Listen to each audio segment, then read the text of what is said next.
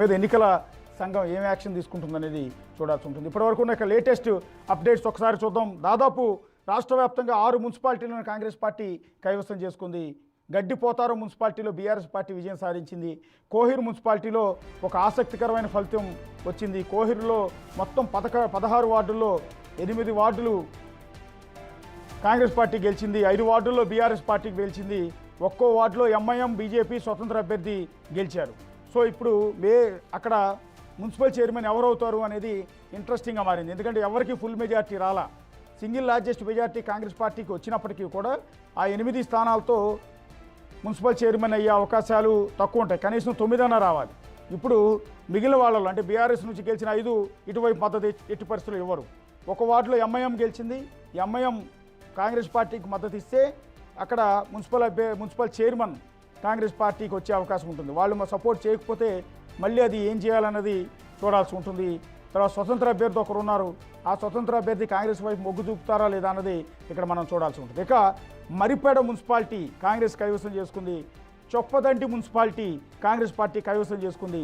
టోటల్గా ఇప్పటివరకు అందుతున్న సమాచారం ప్రకారం 8 మున్సిపాలిటీలో కాంగ్రెస్ పార్టీ విజయం సాధించింది. అందులో నందికొండ, హాలియా, చుండూరు, ములుగు, కోహిర్, చిట్యాల, మరిపేడ, చొప్పదండి ఈ అన్ని మున్సిపాలిటీలు కూడా కాంగ్రెస్ పార్టీ కైవసం చేసుకుంది.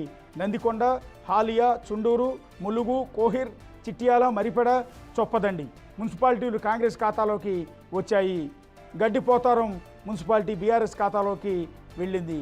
మొత్తం టోటల్గా ఇప్పటివరకు అందుతున్న అప్డేట్స్ ప్రకారం రాష్ట్ర వ్యాప్తంగా మెజార్టీ వార్డుల్లో కాంగ్రెస్ పార్టీ లీడ్లో ఉంది. 345 వార్డుల్లో కాంగ్రెస్ పార్టీ ఆధిక్యాన్ని కొనసాగుతుంటే బీఆర్ఎస్ పార్టీ 186 వార్డుల్లో తన ఆధిక్యాన్ని కొనసాగిస్తూ వస్తుంది. ఒక విధంగా డి అంటే డి అన్నట్టుగానే బీఆర్ఎస్ పార్టీ కూడా కాంగ్రెస్తో దూసుకొస్తోంది. కాకపోతే మెజార్టీ మున్సిపాలిటీని కాంగ్రెస్ పార్టీయే కైవసం చేసుకుంది. అలాగే వార్డుల్లో కూడా బీఆర్ఎస్ పార్టీ బలమైన ప్రభావాన్ని చూపిస్తూ వస్తుంది. ఎక్కడ కూడా బీఆర్ఎస్ పార్టీ ఆ వీకెన్ అయినట్టుగా మనకి ఏమి కనిపించట్లా. ఆల్మోస్ట్ మెజార్టీ స్థానాలు కాంగ్రెస్ పార్టీ గెలవచ్చు, కానీ 186 వార్డుల్లో బీఆర్ఎస్ పార్టీ ఇప్పటివరకు వచ్చిన సమాచారం ప్రకారం గెలవటం అంటే అది ఆషామాషి వ్యవహారం కింద కాదు. దాన్ని సీరియస్గానే తీసుకోవాల్సిన అవకాశం ఉంటుంది. అశ్వారావుపేట మున్సిపాలిటీ కాంగ్రెస్ పార్టీ విజయం సాధించింది. 9వ మున్సిపాలిటీలో కూడా కాంగ్రెస్ పార్టీ విజయం సాధించింది. ఒక్కసారి బొల్లం మల్ల యాదవ్ గారి దగ్గరికి వెళ్దాం. మల్ల యాదవ్ గారు, సో మీ పార్టీ అయితే 186 వార్డుల్లో విజయం సాధించింది. మంచి స్థానాలు ఇవి. కానీ 9 మున్సిపాలిటీల్లో కాంగ్రెస్ పార్టీ విజయం సాధించింది. మీ పార్టీ ఒకే ఒక్క మున్సిపాలిటీలో విజయం సాధిస్తూ వస్తుంది. నెక్స్ట్ హోప్ ఏంటి మీకు?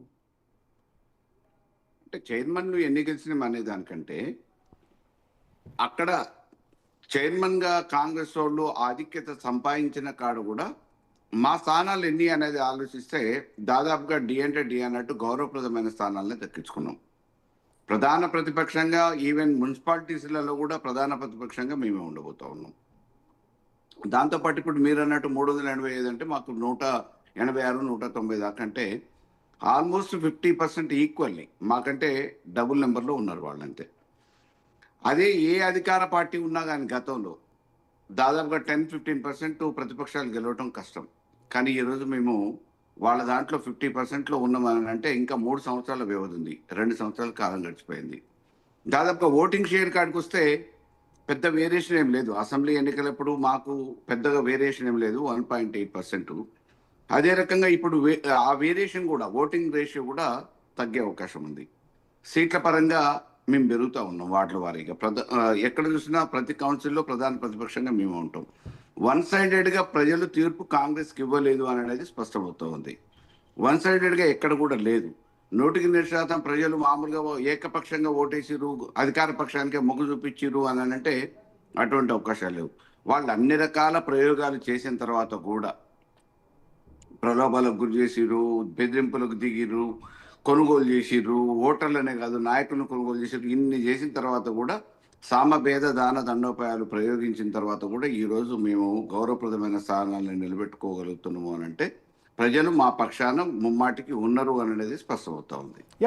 నేను కూడా అదే చెప్తున్నాను మల్ల యాదవ్ గారు. ఎందుకంటే మీకు వచ్చిన సీట్లు చాలా తక్కువేం కాదు. మామూలుగా అయితే ఏ మున్సిపల్ ఎన్నికల్లో చూసినా sarpanch, ZPTC, MPTC, local body ఎన్నికలు ఏవైనా కూడా, అది కూడా రాష్ట్ర ఎన్నికల సంఘం ఆధ్వర్యంలో జరిగే ఏ ఎన్నికైనా కూడా అధికార పార్టీ ఏది ఉంటే ఆ పార్టీ క్లీన్ స్వీప్ చేస్తుంది. మీరు అన్నట్టుగా 10%, 50%, 15% తప్ప అపోజిషన్ పార్టీకి వచ్చే అవకాశాలు లేవు. కానీ ఇక్కడ 50% పైగా వార్డులు మీ పార్టీ గెలవటం అనేది సాధారణమైన విషయం కాదు నిజం చెప్పాలి అంటే.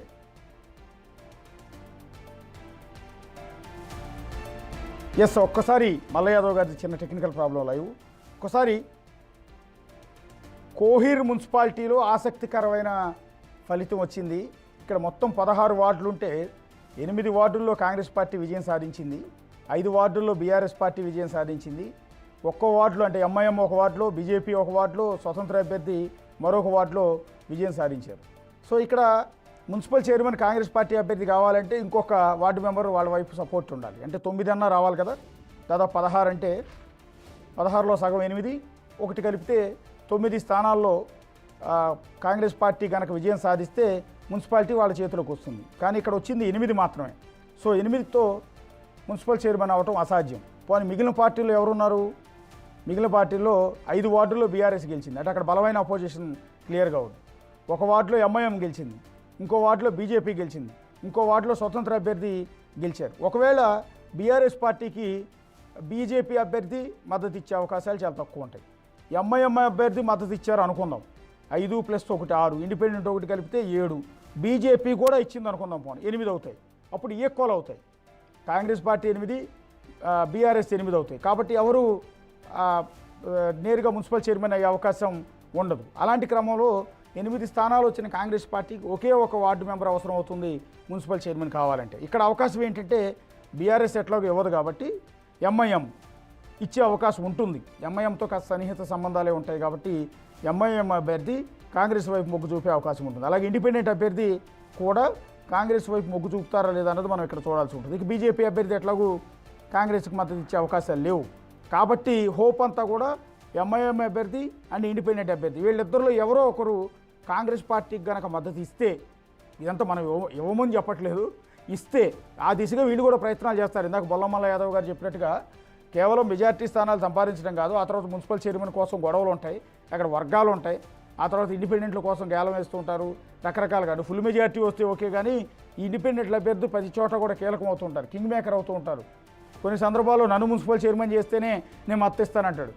సో ఇలాంటి సందర్భాల్లో అలా ఒకే ఒక స్థానం నుంచి గెలిచిన ఇండిపెండెంట్ అభ్యర్థి సర్పంచో లేకపోతే ఏదైతే మున్సిపల్ చైర్మన్ అయిన సందర్భాలు కూడా ఉంటాయి. కొన్నిసార్లు విచిత్రాలు జరుగుతూ ఉంటాయి. ఇప్పుడు కోహిర్ మున్సిపాలిటీలో కాంగ్రెస్ పార్టీ అభ్యర్థికి మద్దతు ఇచ్చేది ఎవరు మున్సిపల్ చైర్మన్ కావాలంటే అనేది ఇప్పుడు మనం చూడాల్సి ఉంటుంది.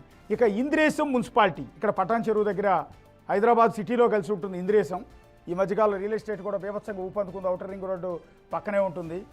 సో ఇంద్రేశం మున్సిపాలిటీలో బీఆర్ఎస్ పార్టీ విజయం సాధించింది. బీఆర్ఎస్ సంగారెడ్డి మున్సిపాలిటీలో కూడా బీఆర్ఎస్ లీడ్లో కొనసాగుతున్నట్టుగా తెలుస్తోంది. సో గడ్డిపోతారం అండ్ ఇంద్రేశం ఈ 2 మున్సిపాలిటీల్లో కూడా బీఆర్ఎస్ విజయం సాధించింది. ఈ 2 హైదరాబాద్కి సమీపంలో ఉన్న మున్సిపాలిటీలు. సో 2 చోట్ల కూడా పట్టు నిలుపుకుంది బీఆర్ఎస్ పార్టీ. 9 మున్సిపాలిటీల్లో కాంగ్రెస్ పార్టీ విజయం సాధిస్తే 2 మున్సిపాలిటీల్లో బీఆర్ఎస్ పార్టీ విజయం సాధించింది. మొత్తం కాంగ్రెస్ గెలిచిన మున్సిపాలిటీలు ఒకసారి చూస్తే నందికొండ, హాలియా, చుండూరు, ములుగు, కోహిర్, చిట్యాల, మరిపెడ, చొప్పదండి అండ్ అశ్వారావుపేట. మళ్ళీ చెప్తాను, నందికొండ, హాలియా, చుండూరు, ములుగు, కోహిర్, చిట్యాల, మరిపెడ, చొప్పదండి అండ్ అశ్వారావుపేట. ఈ మున్సిపాలిటీలన్నింటిలో కూడా క్లియర్ కట్ మెజార్టీతో కాంగ్రెస్ పార్టీ విజయం సాధించింది. ఇప్పుడు వీటిలో మున్సిపల్ చైర్మన్ ఎవరు అవ్వాలి అన్న దాని మీద ఇందాక బొల్లమల్ల యాదవ్ గారు చెప్పినట్టుగా కొంత ఆధిపత్య పోరైతే ఉంటుంది. డిసైడింగ్ మేకరు ఆ నియోజకవర్గానికి సంబంధించిన ఎమ్మెల్యే, ఆ జిల్లాకు సంబంధించిన మంత్రులు ఉంటారు. సో ఇప్పుడు ఎవరికి అదృష్టం వరిస్తుంది మున్సిపల్ చైర్మన్ అయ్యే అవకాశం అన్నది ఇక్కడ చూడాల్సి ఉంటుంది. ఇక బీఆర్ఎస్ 2 స్థానాల్లో గెలిచింది. ఇంద్రేశం మున్సిపాలిటీ అండ్ గడ్డిపోతారు మున్సిపాలిటీ రెండిట్లో కూడా గెలిచింది. ఇక మొత్తం పెద్దపల్లి సుల్తానాబాద్ మున్సిపాలిటీని కాంగ్రెస్ కైవసం చేసుకుంది. మొత్తం లేటెస్ట్ బ్రేకింగ్, పెద్దపల్లి జిల్లా సుల్తానాబాద్ మున్సిపాలిటీని కాంగ్రెస్ పార్టీ కైవసం చేసుకుంది. మొత్తం 15 వార్డులు ఉంటే అందులో కాంగ్రెస్ పార్టీ 12 వార్డులను విజయం సాధించింది. బీఆర్ఎస్ 1, బీజేపీ 1, ఆల్ ఇండియా ఫార్వర్డ్ బ్లాక్ 1 స్థానాల్లో విజయం సాధించాయి. సో టోటల్గా క్లియర్ కట్ మెజార్టీతో 15 వార్డులకు 12 వార్డుల్లో కాంగ్రెస్ పార్టీ విజయం సాధించి మున్సిపల్ చైర్మన్ స్థానాన్ని కైవసం చేసుకుంది. టోటల్గా ఇప్పటి వరకు 10 మున్సిపాలిటీల్లో కాంగ్రెస్ పార్టీ విజయం సాధించింది.